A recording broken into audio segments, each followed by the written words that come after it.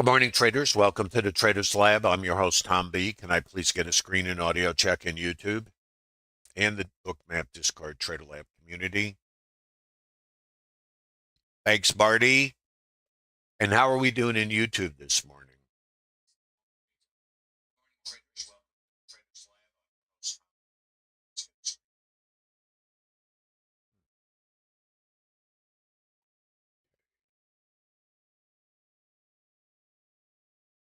Well, good morning, everybody. Welcome to the Traders Lab. I'm your host, Tom B. Thanks for stopping by today.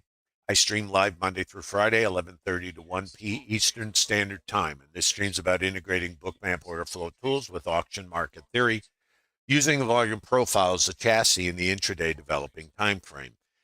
In addition, the Trader Lab's a community of like-minded traders who've come together to leverage their collective experience. If you're visiting in YouTube and you're interested in what you see here, not only today, but every day in the stream, there's a link down there, and you can visit the Bookmap Discord Trader Lab community. The traders in the Trader Lab, it's all about the business of trading, building trade plans, creating a statistical edge, and potentially creating sustainability and career paths in this business. So if you have an interest in that, you might want to use the link down there and visit Trader Lab. There's no cost for this also. General disclosure, all Bookmap Ltd materials, information, and presentations are for educational purposes only and should not be considered specific investment advice or recommendations. Risk disclosure, trading futures, equities, and digital currencies involves substantial risk of loss and is not suitable for all investors. Past performance is not necessarily indicative of future results. Please remember this is not a trade calling room, but if we get into real time, we'll talk about it. The other thing is, if you're in the Bookmap Discord Trader Lab community, or if you are visiting, be sure to scroll back to Sunday, where I posted some charts and gave an overview of the potential behavior of the market today. And part of that behavior was to potentially go up and do continuing squeezing or go down lower and fill in a poorly auctioned area from Friday. So it's kind of you have a general idea of what might happen and what the structure is, and then you really have to get aligned. And the idea of a trade plan is to be able to define when the conditions of the market change. And today has been more, I guess I would say, less clear. Not that there's certainty, but often we have more clarity in the market. So today it was not clear because it kept changing. So as a trader, what our job is not to predict, but to try to align. So for me, the idea was, since I assume we still have shorts in the market, the first trade was look for longs and to go for the ETH high. And then the stops, which were sitting up here above a recent high. So that was my first trade. So we'll talk about those and then the conditions that changed. So I found it a hard trade today. I don't mind telling you that because I thought we would get those stops. Now, when I say I think that, what I'm really saying to you is that was my plan. So I plan to go with one side, and then if something changes, I have to get turned around. But I'm not necessarily quick to turn the barge around until structures start getting broken. So I'm going to show you the first trade, and this is really a statistically based trade. The ETH high or low has over a 90% probability of getting taken out. So, on that basis, that was where I was going. Hold on one second, please. I got to turn some levels off here that are not material at the moment.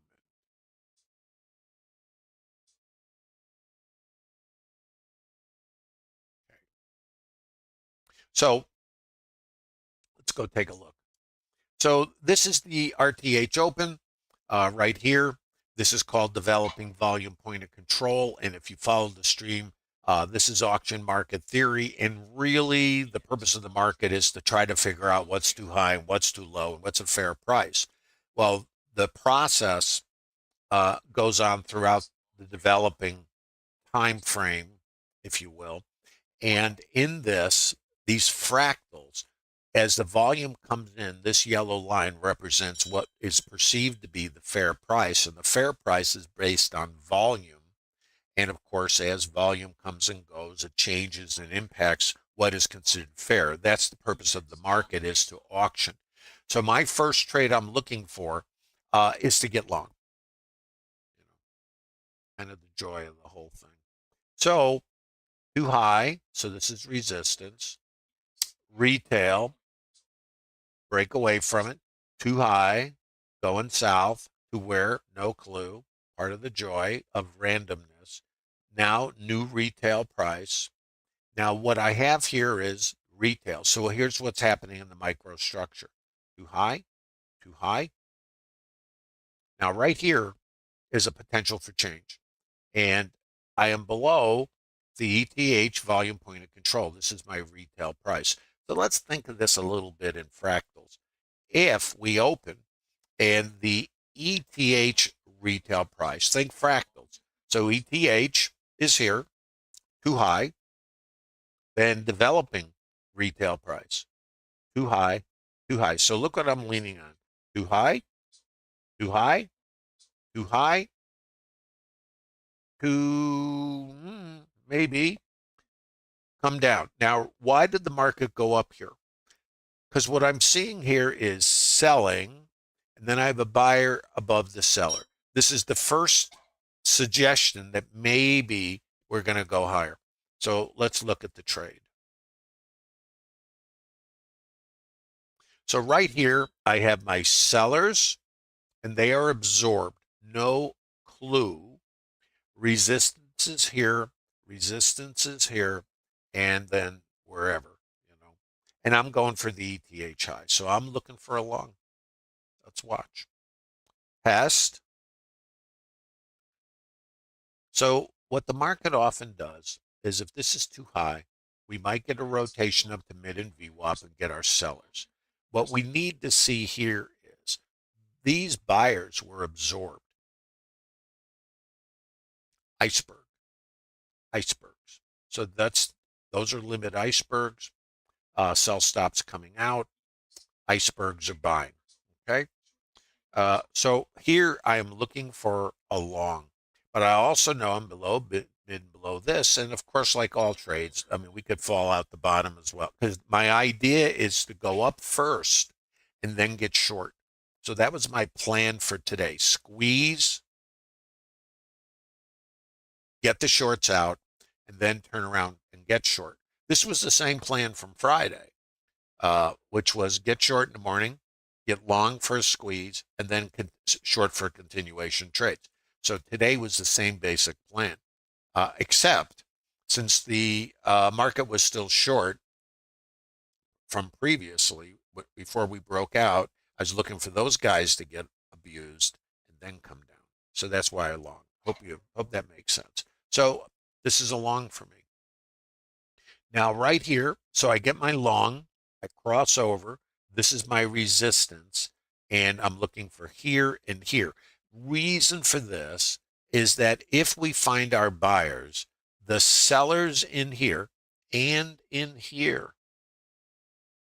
their buy stops are going to be here and here. So that's part of the thought process behind the long. And I know this is the opening swing high. And what happens if we get initial sellers first thing at the RTH open, buy stops are here. So since I want to be long, I'm trading into this. So let's watch. So far so good. I'm going, oh, this is nice. So my target is this. So that's where I'm trying to go. Over 90% probability. So I'm thinking, okay, this looks pretty good, and we're going to go on to squeeze. Now, the point I want to make is I'm thinking it because that's my plan. So looking for the squeeze, looking for the ETH high, and then looking for this high, 7-ish, because that's where I thought we would get to, at least to take these guys out. That was where my initial squeeze was going to come in, and then shorts.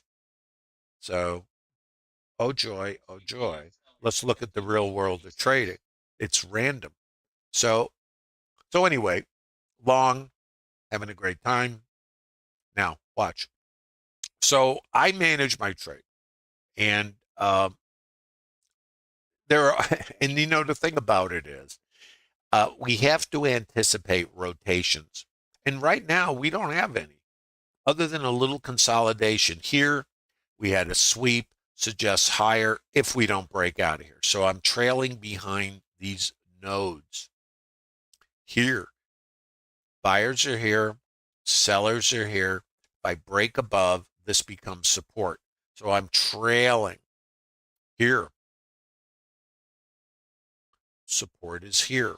It's there. Here. Break above it. Support is here and here. So I'm trailing behind it, but I'm trying to stay away from it. So I see this and I'm going, you know, what are you going to do? Well, I have a trade management process. So I already know what I'm going to do. So I'm going to either trail or I'm going to read the order flow and protect open trade profit. Now, what I do is not material, it's what you do.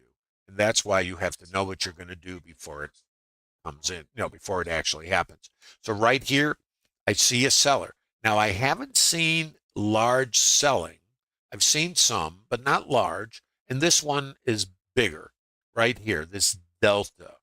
So I'm looking at this and I'm going, well, my support is here. So I'm looking at this and I'm going, well, my buyers are here. My buyers are under here. My buyers are above this guy. So all good. My sellers were here. My buyers are here. All good. Buyers are here.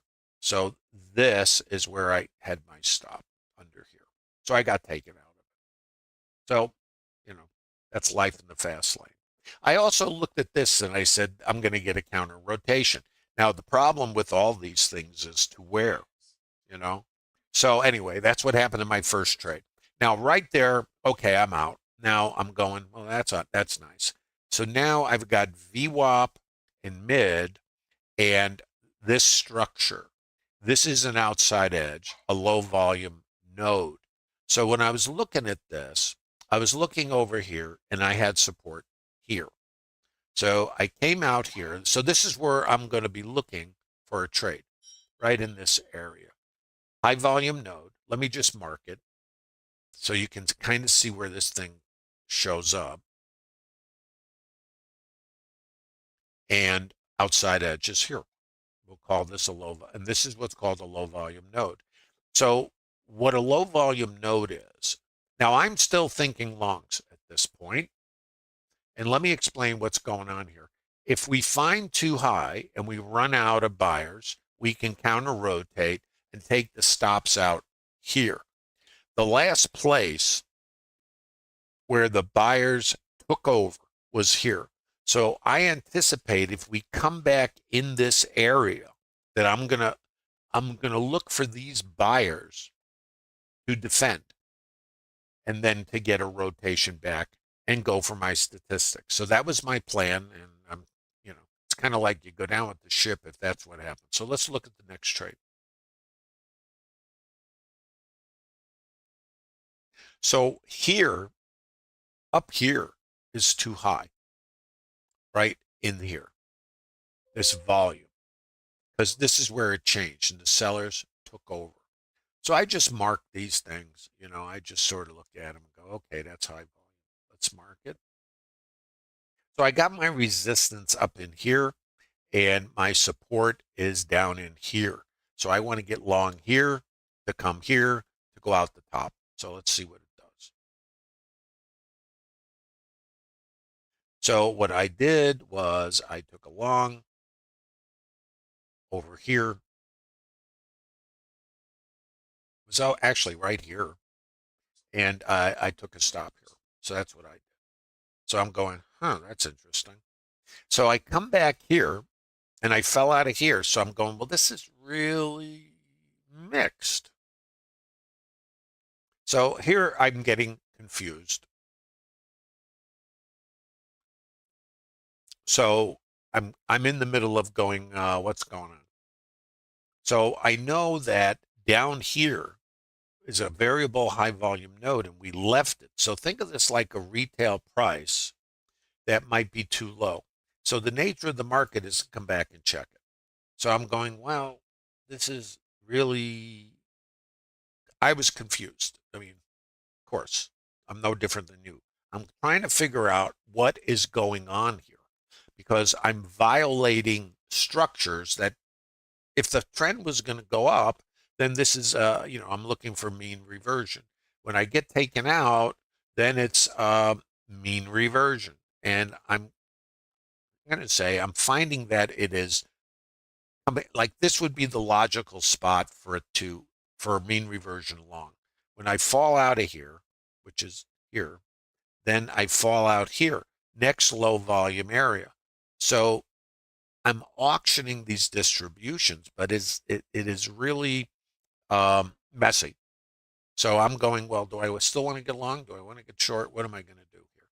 And I say, well, I've got to see the next location and see what the behavior is. Goes right through it.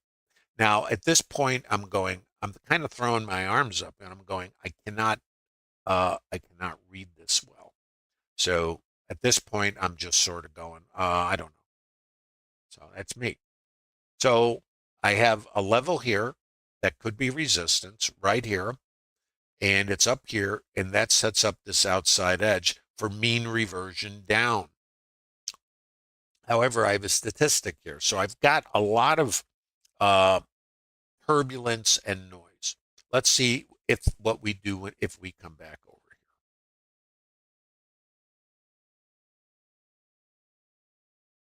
So VPOC migration. In the Trader Lab, this is a potential short. And the thing about VPOC migration, there's two possibilities. If this is too low, we go up. If it's too high, we push off. And then we have the gap fill here. So this one I took. And I'm going, well, really, 79, but it's still an okay trade to fill the gap. Now, this is a retail price in an intermediate time frame, and this is yesterday's or Friday's volume point of control, a naked VPOC, and we have a high probability of getting here. So when I took this, I was looking for that. And you can see how that worked out. What did we do? We came outside, mean reversion, back to this. So I'm just sort of, wondering what the heck. So very rotational trade. So if this is too high, then we can come back here. So this trade, this one worked out for me. My stop was here, 3 ticks above this. So skin of my teeth, back to there. That trade's done.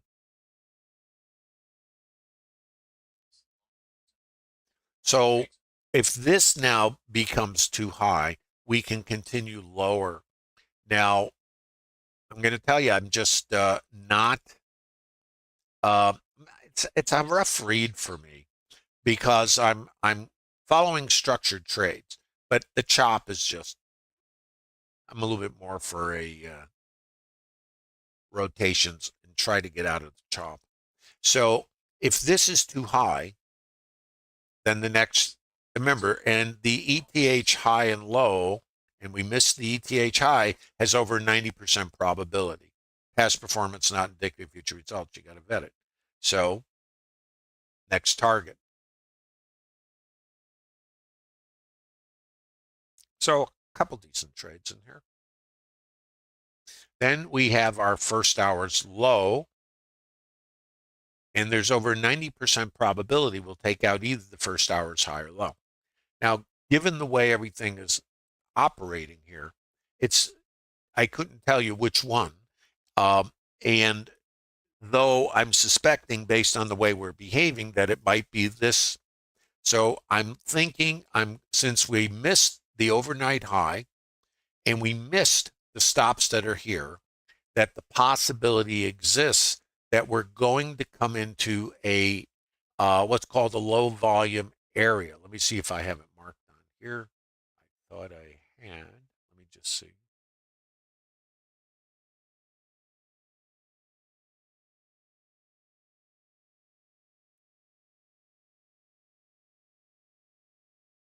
Okay.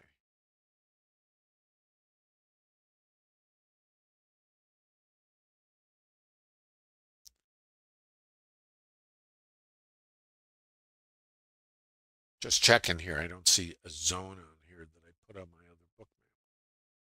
So anyway, we come out here. I'm looking for it to take this out at some point because it appears now. But there's another thing to consider here. And for me, this is not a day. This is just one of those days. I find this very hard to trade. And if I come out of this in good shape, it was a great day. If I come out of it um, with a small loss, it would be a good day. And the reason is we're auctioning across these ranges. So what I often do in this is I'm going to trade rotationally around these distributions. But what's happening is we are pushing also through them. So a lot of the structure that I use is just not serving my plan very well. So I'm looking for continuation shorts. So when I come out here, I'm thinking, well, I have to look for an outside rotation to get short. Now I can trade short term, but it's not what I like to do. I like to get a piece of a rotation that makes it worthwhile to take risk. So I'm looking out in this area for potential continuation short. I'm under Friday's fair price. I have this outside edge, and if I can get short over in here, uh, after we take some stops, I have resistance here. I'm just going to throw a little bit of this stuff on here for you. And the outside edge is here. So what I'm trying to do is come out here to come down. That's the trade. And I have over here too high. That's where your sellers came in. Over here, too high, sellers. So if I come out here someplace, I'm going to look to sell it. That's my plan. Not saying it's a good one. It's just my plan.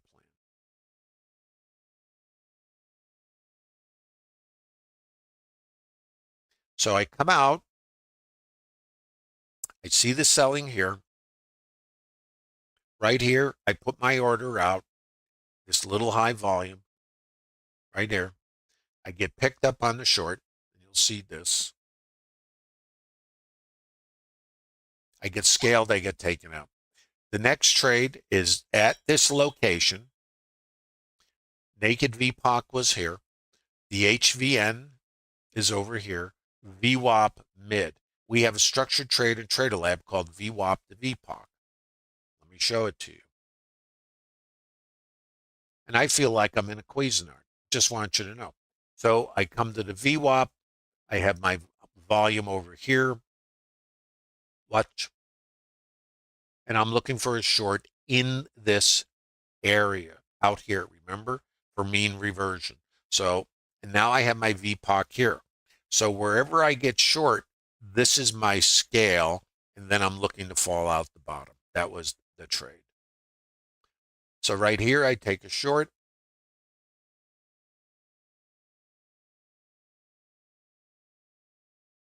I'm scaled. I get taken out. You know, I'm starting to scratch my head here. So, and where do I come? I come to the next level in yesterday's high. So this is a trade for me to come here, out here. I didn't get it. It was too fast. That one works. So no, miss this one. And then I'd be trying to come out here. So I have nothing now. And look at this. So it's like being at the rodeo. So this is just not, you know, I look at this and what did they say? A dime late, dollar short or something like that. I could not get on a lot of these. So you guys have questions, by the way. I'm just find today to be difficult for me. I'm sure some of you guys did better than me. I'm just not because we're pushing through these areas. Like this is an outside edge, and then we push through it. So I know this is a location.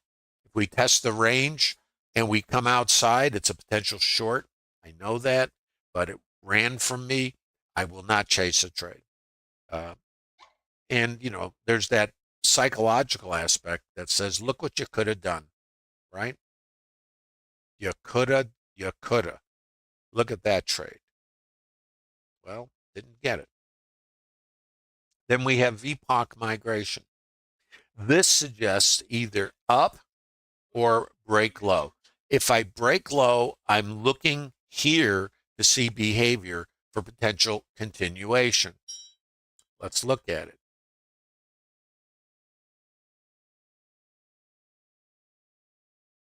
Back here. So I'm looking here. I come up to the level.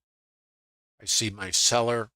I'm now looking for a short here. I have my volume. I test. I break. I put my order here. I get stopped. Okay. So now I'm just not, this is not my day. Look what's going on here for me. Boom, missed that one.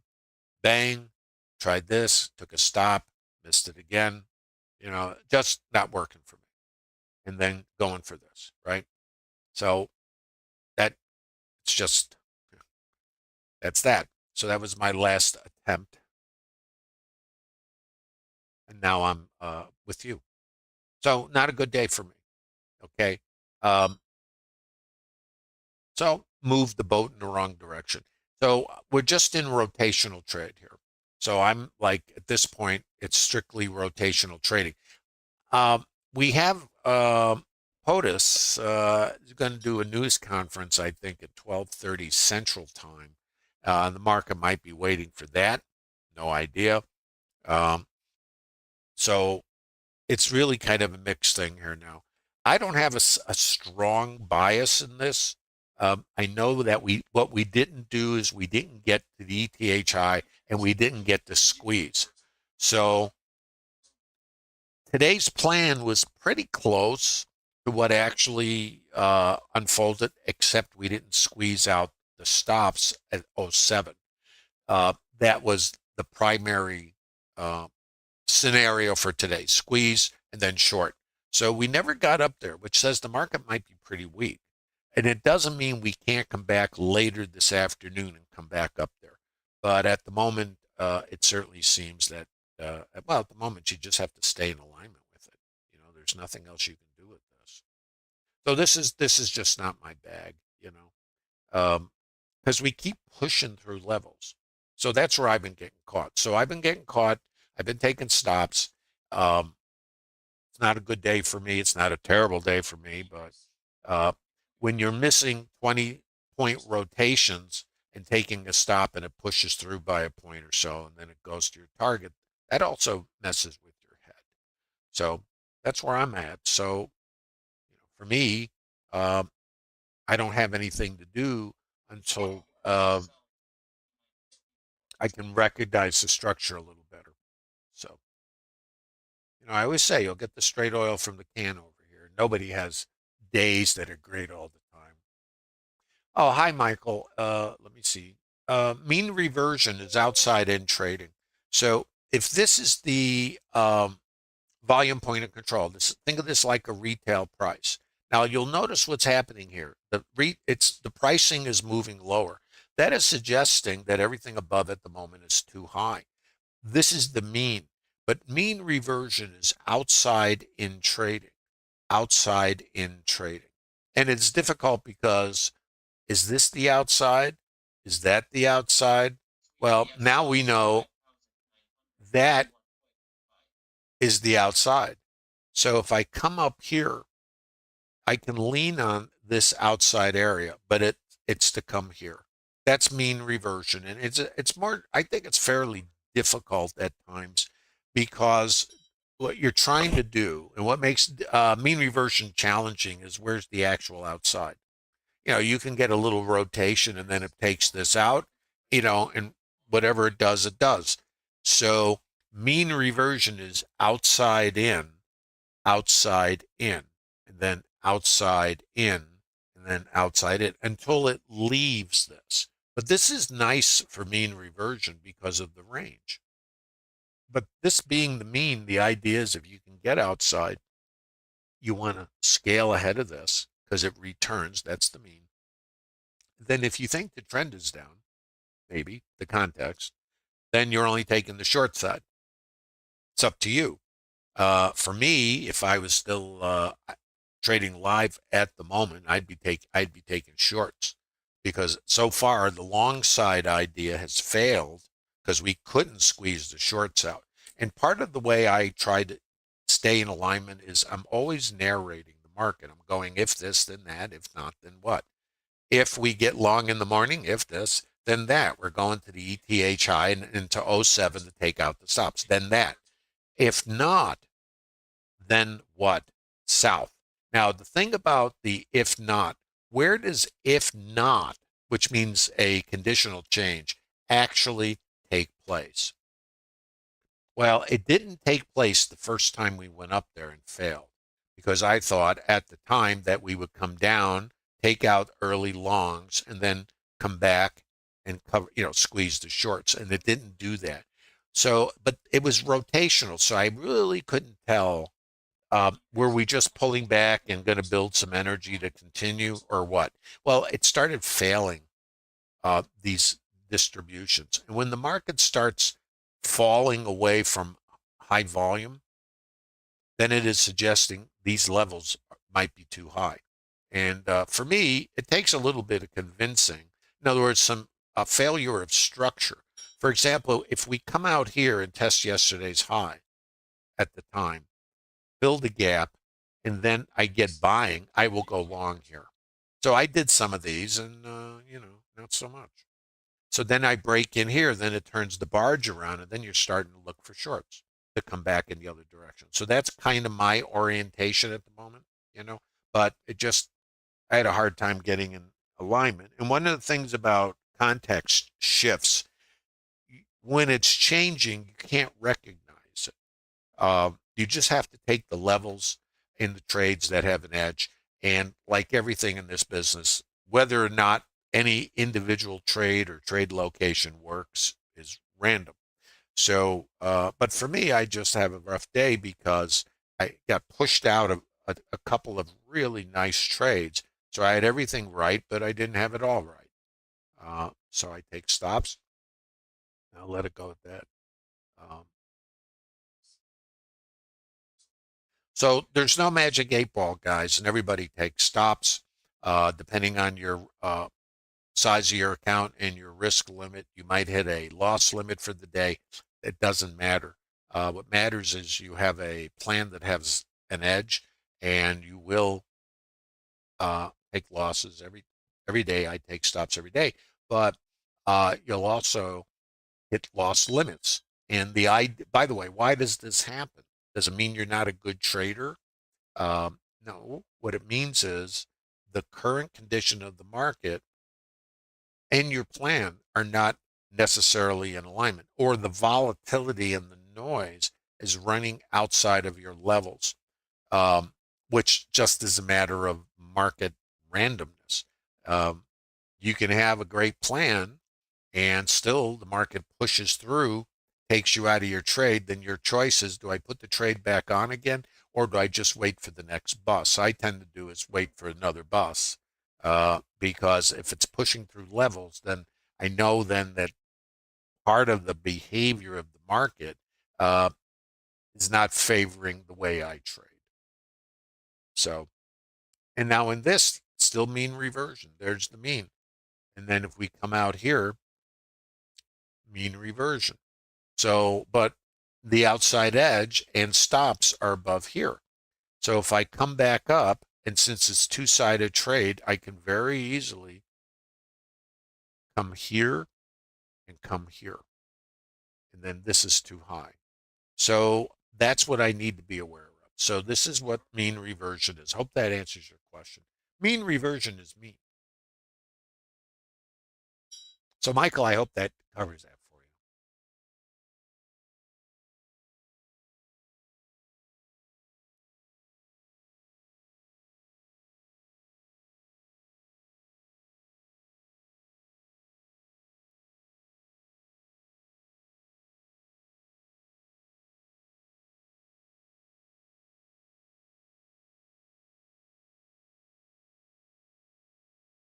So that's the current condition, rotational trade.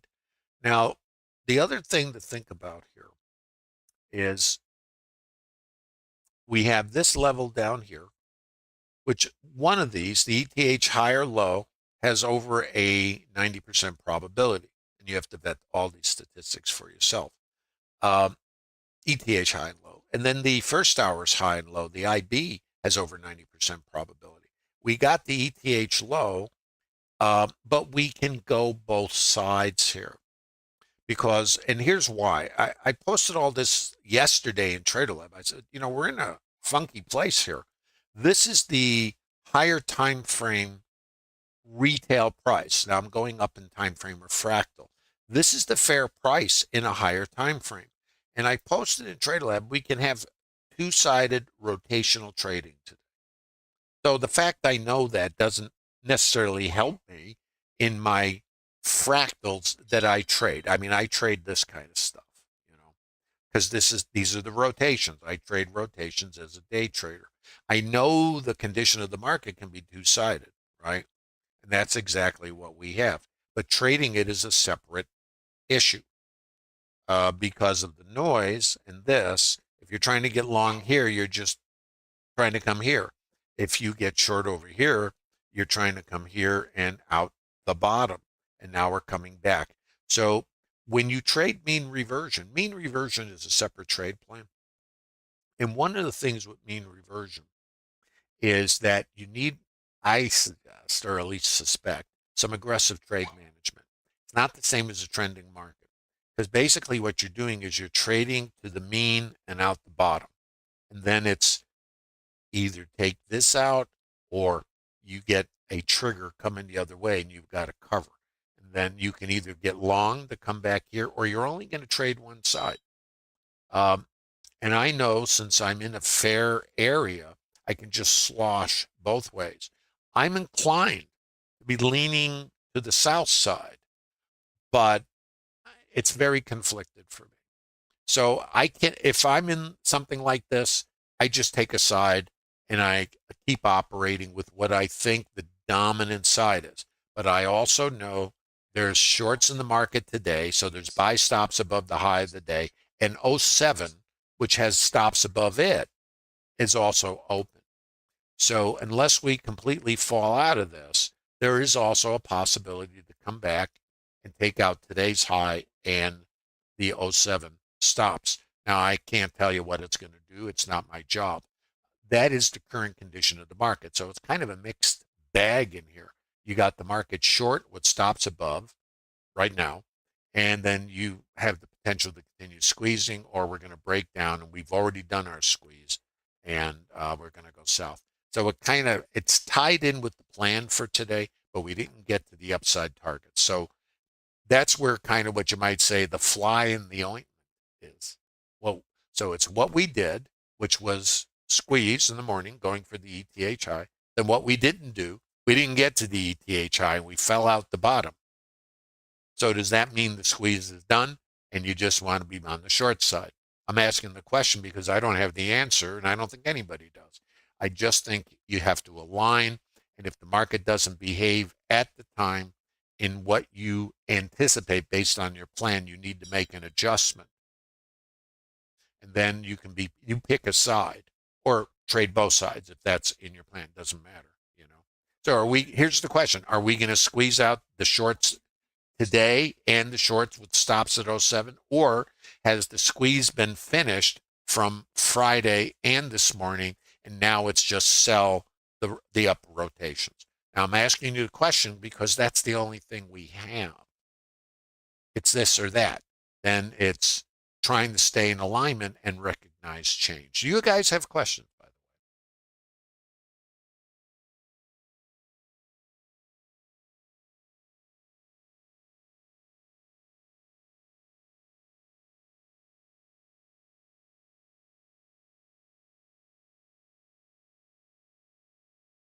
Yeah, not every day is a great day. It doesn't matter how good a trader you are. I mean, if you're in this business, there's going to be days you wonder what happened, like stepping on a rake.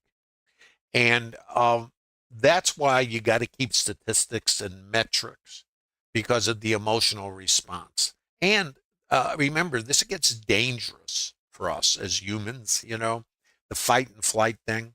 You go in the hole and now you're thinking about your P&L. You're not thinking about the condition of the market and to what extent your plan has alignment. You also got to learn, among other things. We're always looking, we have to, uh, where can you learn? You learn by your successes, but you also can learn when things don't work. Can you create conditional statements that help define when you're pointing the barge north and the market shifts and it starts failing? How can you define change? And it's very difficult because since we're looking at this in fractals and in real time, you can be thinking it's going up and you start buying counter rotations where you don't know it, but the shorter term trend, if you will, that you are trading has changed. So you'll take some stops when that happens because you're not in alignment. We're always going to be behind. We can anticipate what it'll do, but we don't know what it'll do. And then when it changes, we might put a trade on and then get run over because the context is in the process of shifting. So you do need to understand your overall metrics using processes that do take stops. And that's why no matter who you are or how long you've been doing this, the reality is you're going to have losing days and maybe loss limits for the day. Happens to me. I don't like it. But I also know um, over time they're sprinkled in there. Now, not everybody's going to have a losing day today. Some people are going to have great days today. Uh, their trade plan, maybe is more uh, aligned with this. My trade plan, I'm attempting to get larger rotation, so I'm not, doing this kind of stuff. I'm looking, for this kind of thing, or so that's my trade in my plan. And what I found for me, and this is not a recommendation then, my risk is pretty constant when I put a trade on. 2.5, 3 points, three and a smidge, you know, because of the noise. And then I can take those stops because my trade plan is 20, 30 point rotations if they're available. So I take stops, of course, but I'm able to sustain myself because of the rotations that do work. The only time I have a real problem is if I take them in a row. Then that really creates trouble for me because now I'm drawing down, and that's when the context might change, and then I'm off sides and I've paid, and now I might have two or three losses. And if I don't have one of these in the hopper to buffer that, if I start out, let's just say, with a couple losses, then I'm very close to having a problem. It's just a random sequence of outcomes. So if you get this first, and my first trade was profitable, and then there's been some other trades in here that worked and others that didn't. And for me, it's just is not in alignment with my plan. So maybe a little later today, it'll get back in alignment, or maybe after POTUS does his thing after the stream, maybe we'll turn around and we'll squeeze out the shorts, or we're going to continue on uh, the sell side, and the shorts are still in control. I personally think they are, but that's why I was looking for a squeeze and then a short from up higher. So for me, the second part of the plan, the short and going for continuation down, seems to be in play. So for me, and this is not a recommendation, I'm only on shorts here. But from where, this is part of the thrill, you know, here, you know, and then out here. But these aren't recommendations. This is outside in trading, and it's difficult. Questions, guys? How you doing? Tough for me.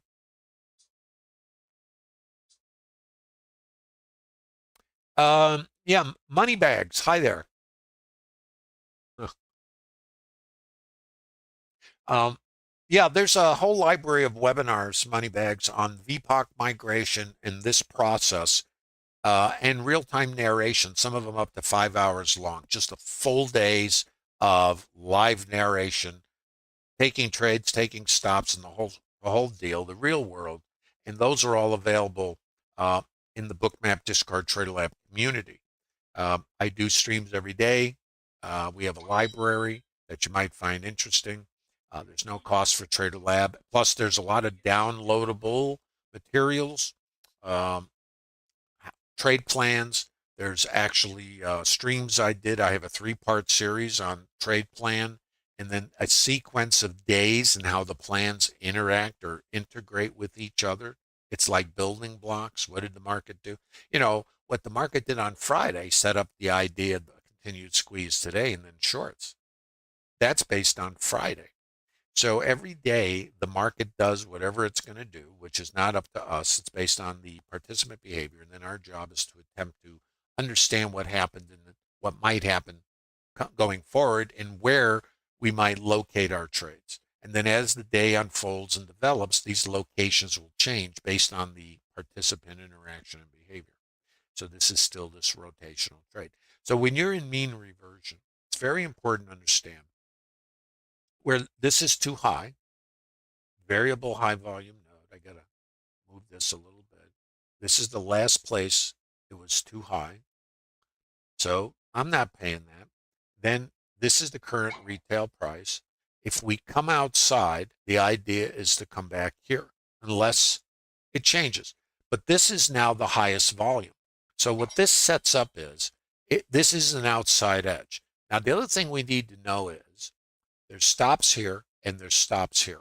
So subject to how it behaves out here, we might have a short mean reversion to come back here. And this is not a recommendation. This is not, where I like to play. But so when I'm looking here, what I know is we have sellers here, 323 icebergs, and icebergs here. So I know that if I come up here, I got buy stops from these sellers. So everybody who got short in here has buy stops up here. So if I'm going to get short, I can come back here, but I have to be conscious that my outside edge is up here, low volume node. So for me, the better place to be taking trades, and this is again not a recommendation, is at the outside edges after stops have been taken. And if it doesn't come up there, I don't need to take a trade because I know right here is an example. There's stops at the mid and the VWAP. Now we have a structured trade in Trader Lab called mid VWAP to VPOC. This is the trade, but this is the stops. So you have to decide in your plan, do we have a trigger here? Let's look at it. And the idea of this, and there's stops here. Retail traders sell the mid and the VWAP. Well, I don't like doing that because if I know where their stops are, I know retail traders are going to mechanically sell this, and that's what you're seeing. Now, remember, the gamblers get paid. Either we're coming here or we're going to squeeze these guys out. And I'm not a fan of trading the mid because that's retail trader behavior, and I don't want to trade with them. I want to actually understand how they operate and take advantage of what they do. They sell the mid. Have any of you ever sold the mid? And what else is above the mid? Stops. I don't take this trade. I'm looking for something a little further outside. So this is my outside edge. So I would like out here someplace, be looking for a short to come back here. If it gets there. Now, I don't know if it will. It doesn't have to do anything. Let's come back. If you have questions, post them. Do my best. So this was too high. This little high volume node. I'm going to put a little line on here so you can see where this is. That is high volume. And what created it was this. Chop, chop, chop. Now, again, I cannot do anything with this because it runs away.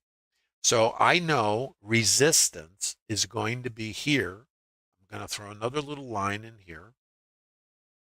And I'm outside, and this is really the outside edge. So preferably out here, but it doesn't have to do that. Let's just look at how this behaves at these levels. This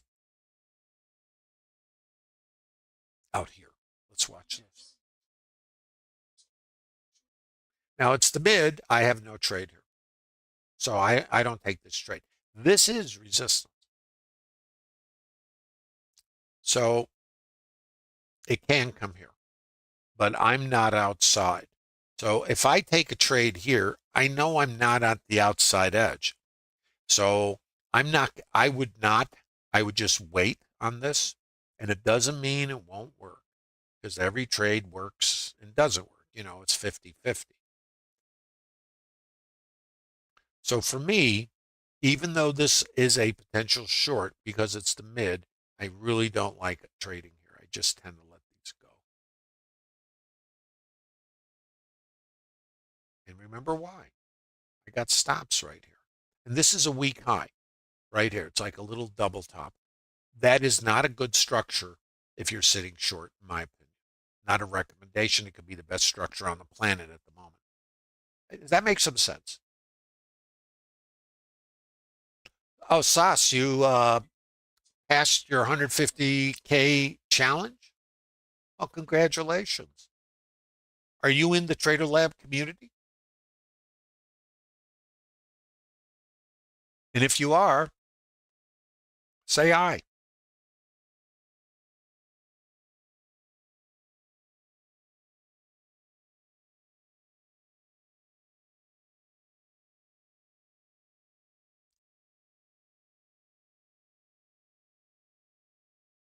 So we're back into our stops. Now we want to see what happens in here.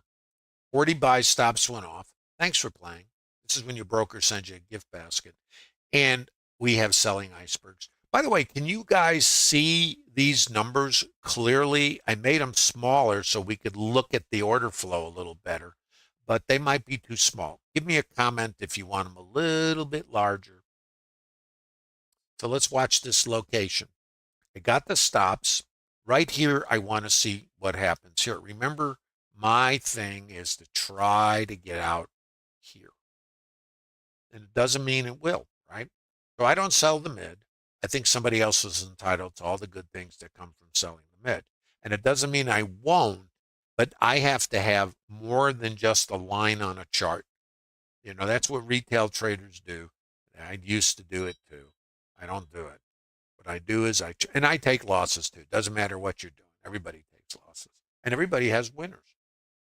That's one of the problems. I always like to talk about this is, when it comes to these indicators that most of you guys use, they've been around for like 40, 50 years. When I first started trading 1980, the indicators were coming in, and they were new though. So I spent years as all these new indicators developed. I kept working on them and with them to take them apart and understand how they work. So it took a lot of time to do that because I wanted to understand what it was measuring. Anyway, I'm going to say all these things have been around and they have been totally explored by everybody. So there's nothing new in the standard canned stuff. So whatever retail traders are using, everybody else is doing the same. So I did it, and I'd have winning trades. So we're all busy curve fitting and tweaking and tuning, and that's what retail traders do. And the market doesn't really operate that way, in my opinion. The market does its own thing. You can't put the market in a box and think that it's always going to do the same thing. Because when or where is it going to do it is really the question. Will it even do it? I mean, are we going to take out the current high of the day and squeeze, or are we going to keep going down south? You have the answer right now? Well, if you do, come to Trader Lab. I don't have that answer. I'm inclined to think we're going to go lower based on the behavior, but I also know that look what we did on Friday to the shorts that were in the market, took them out. Well, what about the shorts that are in this leg? Are we going to take them out, or is the trend continuing down? Which was the plan for today, but it just got all messed up because it has nothing to do with me. It has to do with the market. So right here, We got this week. This here is weak, right? So we were looking for the stop pick. There is a potential trigger in a short. I still would not take this trade. Doesn't matter to me. And this is the potential target. Now, when I say I wouldn't do it, it doesn't mean you shouldn't do it. For me, I want to be out here. So I have this range. So that's my plan. I'm not saying it's a good one. It's just my plan. If you're a little more inclined, you could trade from here to here. But for me, it's more outside. That's all. Because I might get VWAP buyers also. So we just have to wait and see what we do. You guys have questions?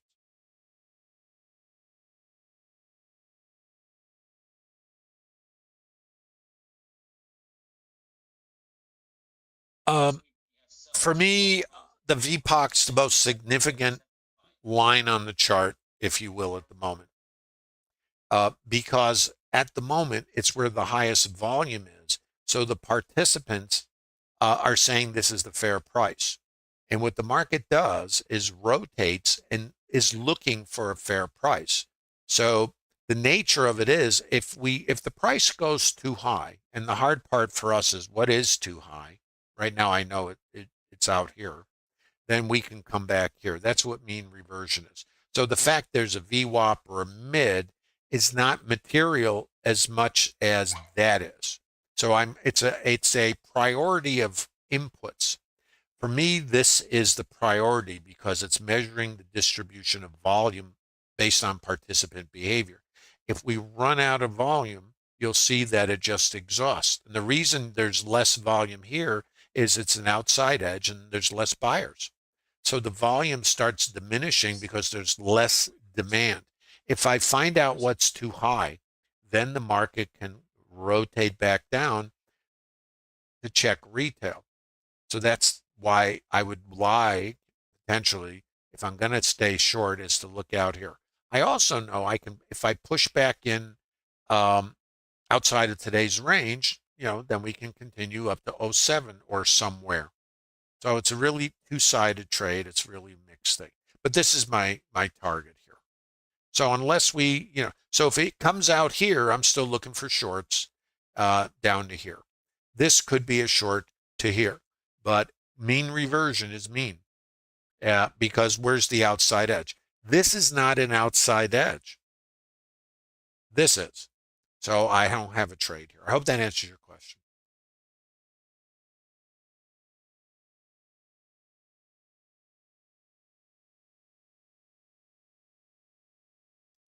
Edgar, um,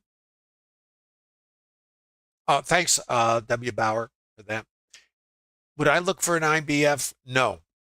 You mean a long? No, I wouldn't because the trend, for me, the trend is down in the higher time frame. And all I was looking for this morning was to squeeze the shorts to get short for continuation down.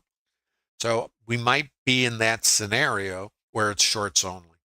So uh, I, I mean, there's always a possibility to squeeze these shorts out. So that doesn't change no matter what the deal is. So for me, I'm only on the short side. It's not a recommendation, and it doesn't mean anything. But I have to have locations for trades. So I can see a short here, but this is not a location for me. Now I'm only talking about me. I'm not saying you can't be whirling and dervishing in here.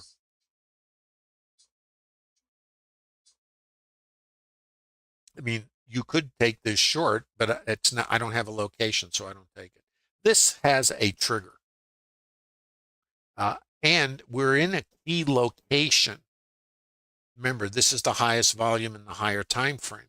This is yesterday's retail price, and this is the so all of these are important prices, and if we're below them, it is suggesting back here. But again, I don't have a trade here. Now, if I'm scalping, by that I mean just shooting these, yeah, I could sell this to here and then go for this. But that's not a structured trade. So in this stream, I'm only talking about structured trades. And what's hard for us to do is we see the rotations, and every time we see a rotation, we want to be participating. The real business of trading is waiting. just waiting for where your trade locations are. And the current condition of the market is what's mean. You see the rotation. Now remember, if you took this short, you had a scale here because of potential buyers. So that's up to you if you want to trade this,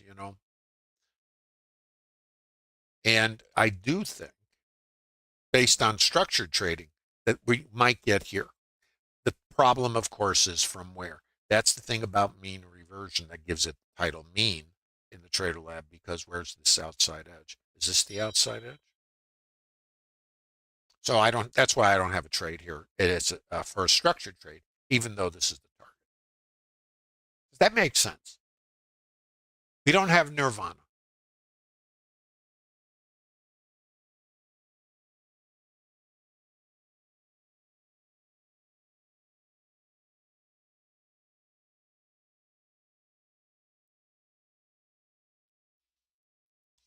So we really have two-sided trade here. I think the lean is south, but in mean reversion, you're really more inclined just to be looking at rotations. We may ultimately fall out the bottom or take out the top, right? But what are we trading right now as traders? If you're in Trader Lab, you're trading mean reversion. So what mean reversion is, basically you start trading inside, trading this, because this is a distribution. So far, we've rejected what's up above us. Too high, too high, too high. So too high, too low, too high, too low. Retail in the microstructure fall out. Then what? So if you look how these work, outside, outside, and then here, outside, outside, rotation. This is a low volume node. That's the retail price in this distribution. If I fall away from it, now the retail price is here in this distribution. Where's the outside? It's out here. Now, I don't know if I'll ever get back there, but that's my job, because then I've got this. And that makes it worth putting risk on, depending, again, on your plan, to come back here. Now, if I don't get back outside, then, now I can trade in here, right there.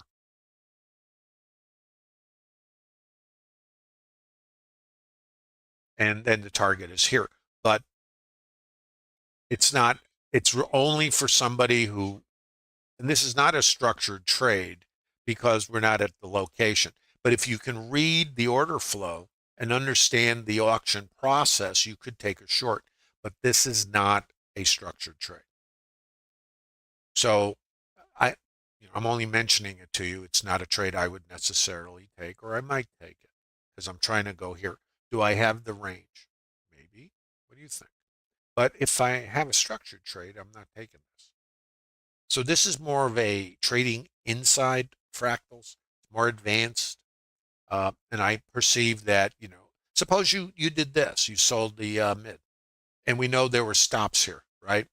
So then when you come up and take the stops and you get the trigger and you get the test, now this suggests the short. Now I'm going to draw a little line here so you can see, just so you can see this. The buyers are here. The sellers got below the buyers. The buyers came back. The sellers are here. This is resistance. That is resistance. What you could do, if you wanted to take a short going for here, you could put your order out after the trigger, get short here, get risk neutral, and you're going for that. Now let's talk about this. This was no good, right? We talked about that.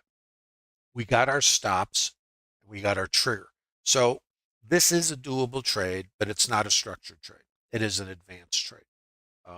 The idea of the Trader Lab is to help you understand market mechanics, where behavior might show up, and then to wait and develop discipline.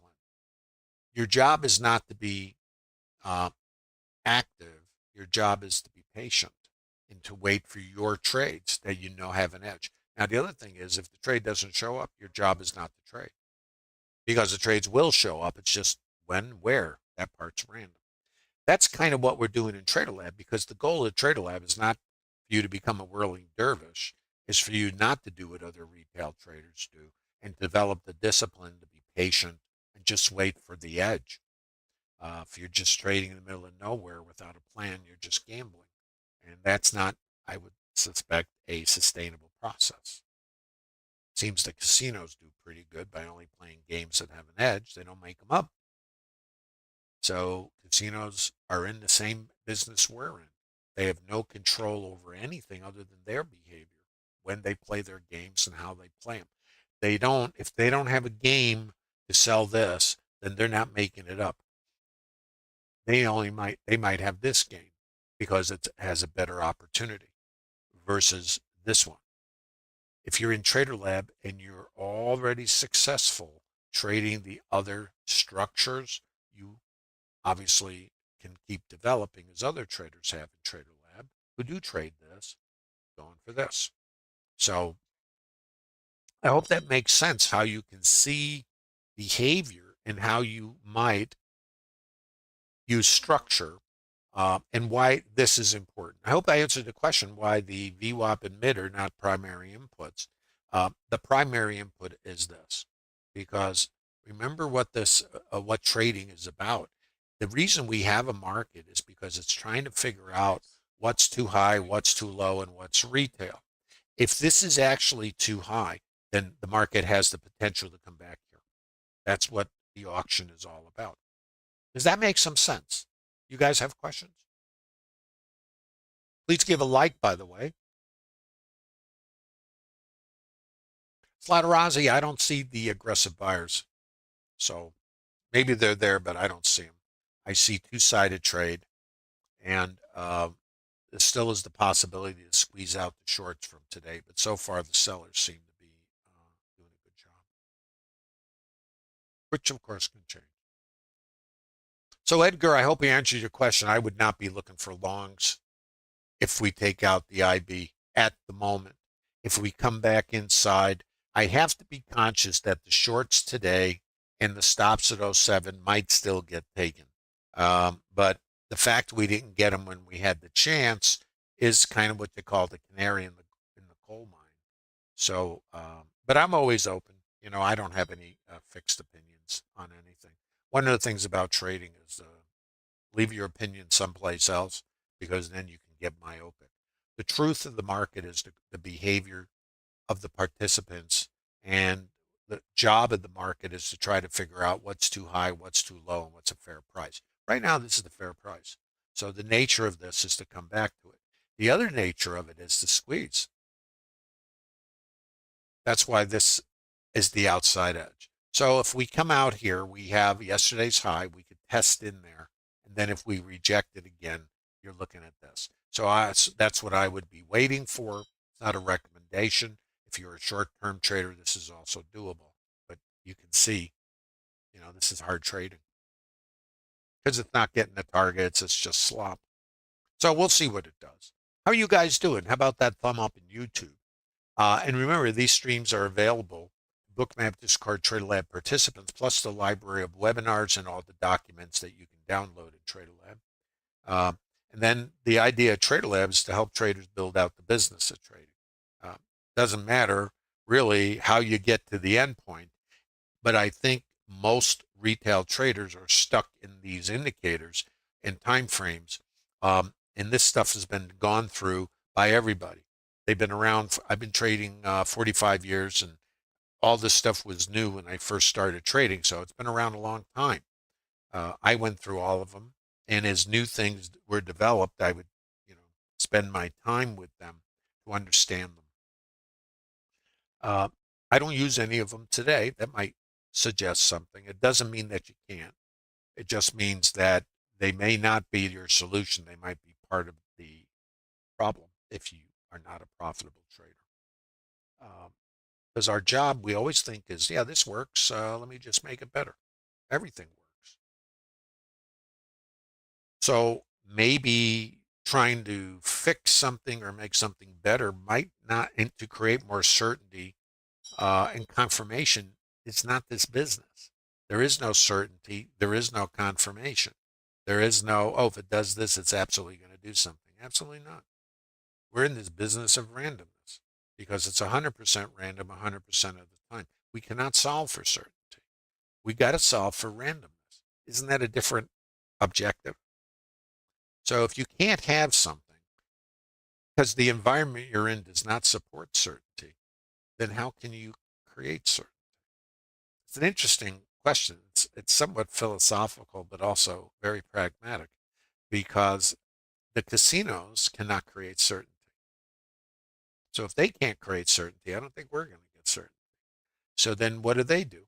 They rely on a statistical edge and only play the games exactly the same way, and they do pay to gamblers. Well, every business has cost of production overhead. And I always like to mention this because I think we get really hung up on thinking that we can predict what's going to happen and where it's going to happen. The participant behavior is what suggests behavior. So remember, for me, I'm looking out here, and it might take an hour to get there. Who knows? It may never get there, or it may blow right through it. That's as deep as this is. Nothing more to it. It's maybe. Write that down if you haven't thought about it. You're in an environment of randomness and maybe. So then it's about learning to understand market mechanics and where behavior might take place, stressing the word might. Let's look here. We have stops here, which is what created this. And then, of course, there's stops out here. So right now, this and this is a high volume area. It's our last area where the price was too high. So let's think of that a little bit like resistance. And I have this. So this is resistance. This is my areas, and this is my outside edge. So this range in here is where I might be, and it's not a recommendation, stalking a trade. So we're just going to look and see what it does. So let's watch. Remember, where's their stops? Here. What do we do? 114 stops. Thanks for playing. Another gift basket on the way. So we want to watch out here. And these are kind of nasty, because where's the outside edge? That's the whole thing with mean reversion. Stop pick outside and then counter rotation. And you can't tell if it's just going to give you one of these and then continue out here, or if this is a short anybody ought to take. And now we're going to come down here and go here. The trade that I would want to take is this. So this is my trade. I know I've been saying that for a while, but that's my trade. And if you got to wait, you wait. And if you put the trade on wherever, you take a stop, that's one trade. There's nothing miraculous about trading or predictive.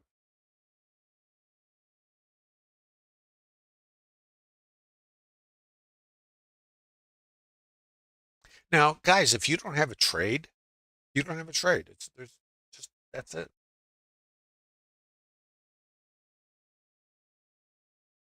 The market, when is rotational, tends to go for stops. And by the way, it doesn't go intentionally. It's that there's momentum. And if we trade up into an area, it's going to get the stops. The other part of it is if we take stops and we have icebergs here, and I get a triggering structure, this could be a short and you're trying to come here. But it is, again, not out. So there's no trade. So what do you do while you're sitting here? You continually narrate. And what you do is you're going, well, if I take the stops over here and I find exhaustion and absorption, then I can come back there and now here. So let's see what happens with this.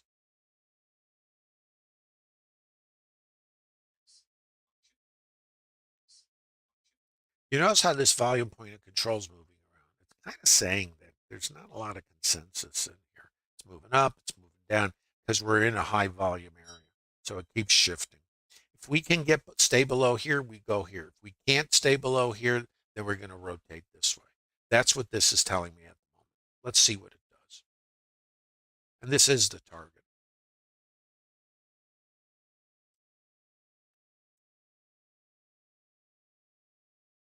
See, if you're taking these trades, these are 10 pointers. So this kind of, for me, is workable, you know, because 10, 15 point trades is kind of where I do my thing. And the reason, again, is because of the range.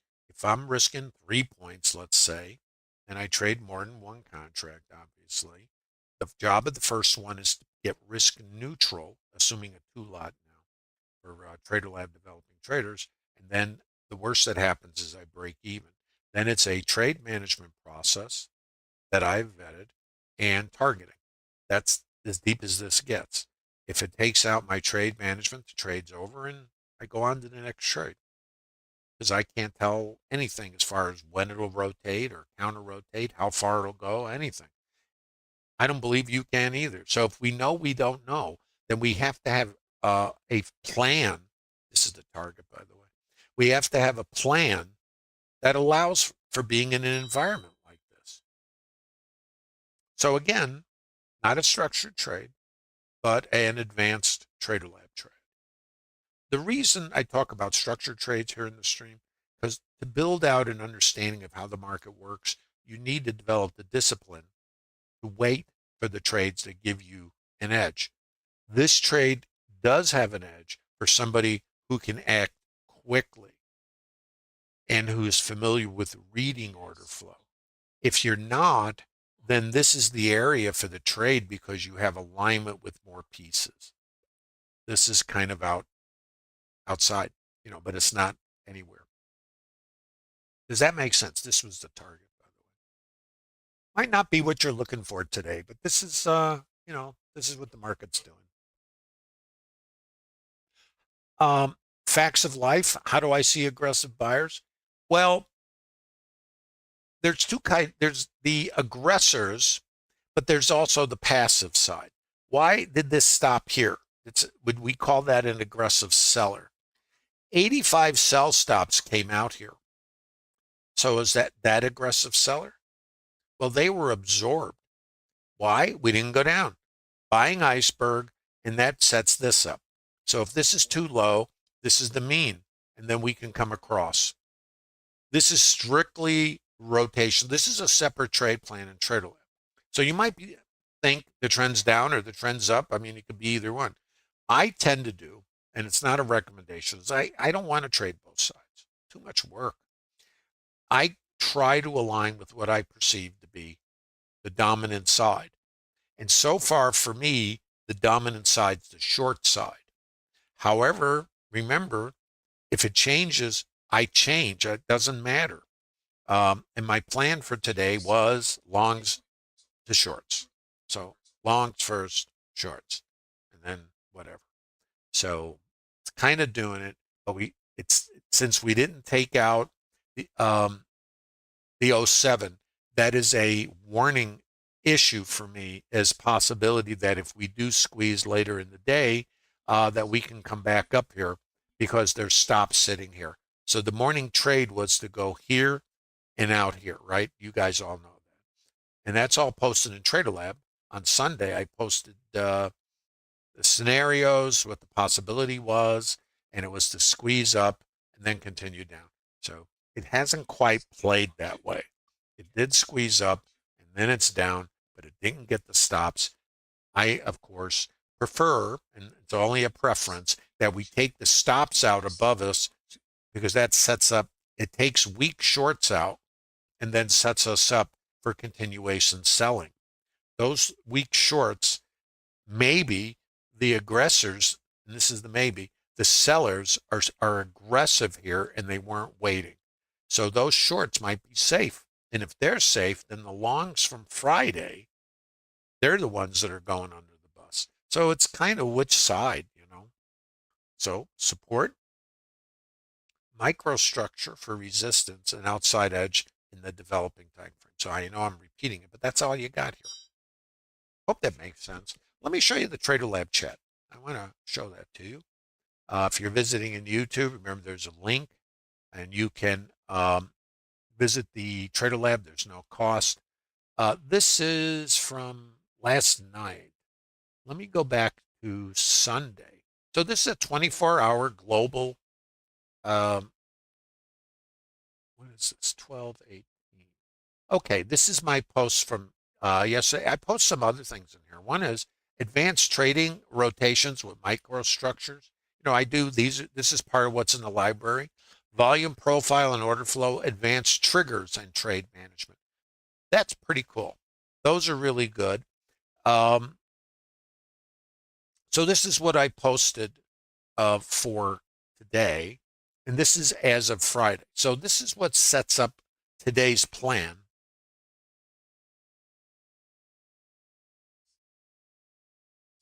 I want to just show this to you so you can see what the thinking was.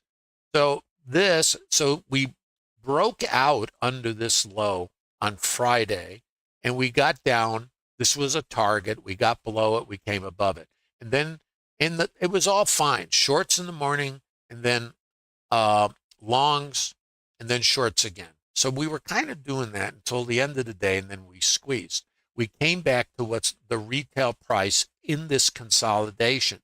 That then set up continued squeeze, and this is where the '07 is to get this high. So I was looking for that and then shorts to come back in here. So that was my plan for today, just so you know. And of course, whatever happens, happens. So this is all posted.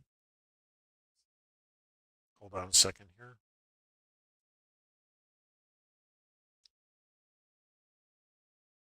I think I just lost the Discord.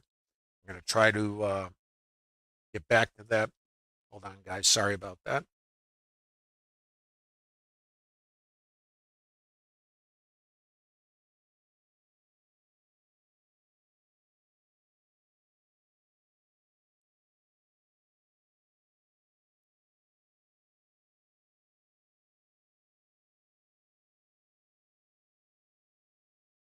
I think I kind of messed things up a little bit trying to do that. Let's see if I can get back here.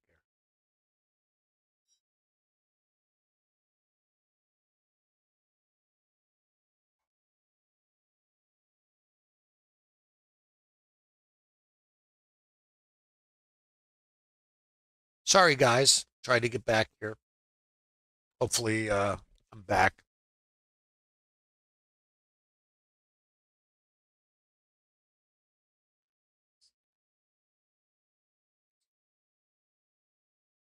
How we doing, guys? Please give a like. We have a sweep here. So for me, the trend is down. It's in the stream here. It's structured trades only. I do occasionally discuss some advanced stuff, but I don't want you guys thinking that this is what you ought to do, because you shouldn't until you can do the other parts. In the Trader Lab, it's about developing the business, and the business is not a video game or a 3 month and now you got it. Not the real world. This is advanced. The Trader Lab's advanced processes. It'll take time, and you have a lot of habits that you've brought with you, which may not serve you. So I'd say the short side is working pretty good.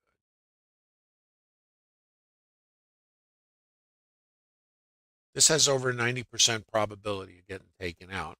You have to vet these for yourself. Past performance not indicative of future results. And then we have yesterday's low, and if we get under here, we can continue the south of the border move, which is kind of what we're looking for, but just didn't quite set up exactly right, but still going that way. You guys have final questions. I got 5 minutes, and I appreciate you being patient today. Not a lot of good trading in the sense of the location was rough, the chop was kind of rough.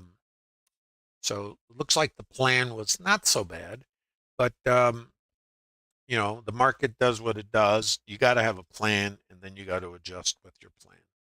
So looking for it to go south. To what extent, we don't know. But the sellers are in control. So I would say shorts make a lot of sense if you have a location for it. If you're visiting in YouTube, I appreciate it. If you just hit the like, smash the darn thing, it helps the channel, and for other traders who are interested in learning some methodology as far and understanding that this is a business and how it actually works. It's quite different than most of us think it is when we first come into the business. And most retail traders are trying to solve for certainty in an environment where it doesn't exist. So the solution, in my opinion, is not to solve for certainty, is to accept uncertainty, then build processes to help you function in an environment that is counterintuitive, that does not fit your psychology, which is running into the burning building instead of staying away from it. We have to take risk, and we're wired to stay away from risk. Don't don't step off the cliff and wonder if you're going to walk on air. So we're wired not to do certain things, and when you're trading, that wiring is pushing back. So, and then you respond to FOMO. If you're cautious and you're looking for certainty, then the market moves away from you. Then you're chasing it. Now you're in the FOMO thing. So all of those things take you out of the business. So if you want to understand these processes, how they impact you, and develop solutions, and everybody, has to do their thing. And this is what the Trader Lab is about. There are traders that are sitting short from the high of the day. There are other traders who are trading rotations in here. Everybody does their own thing. You can do your thing. And then what it is if you can learn how the market works and market mechanics, then what you can do is adapt it to the time frame or rotational structures you like to trade. So I can trade this. I can also trade that. As a developing trader, again, this is where you ought to be. And you were going for this, remember, this, and then out the bottom. So that's the trade. And if it doesn't come back to your location, you're just hanging out. Learning discipline may keep you in the business. Playing a video game is probably not a sustainable thing. Buyers were here, right here. See this high volume? They were here. So when we come down to this level, we are anticipating they might be activated. However, over 90% probability. Hope that makes sense. Use the link in the bottom of YouTube if you want to visit Trader Lab. There's no cost. Come over there, say hi. Doesn't matter how long you've been trading, whether you're new at this or you've been doing it, forever. Our senior trader has over 50 years experience. I've got 45, both professionally and out here with you. And then we have the full range. Doesn't matter. Newbie, if you will. And most of us who come to Trader Lab have been doing this. And I'm going to suggest to you this is as fundamental as it gets. The absolute language of the market. What are the participants saying? Not using an indicator to translate, but attempting to stay in alignment with what's happening right here. Hope you got something out of this today. Please leave the like. Thanks so much for visiting Trader Lab, and I look forward to seeing you guys tomorrow.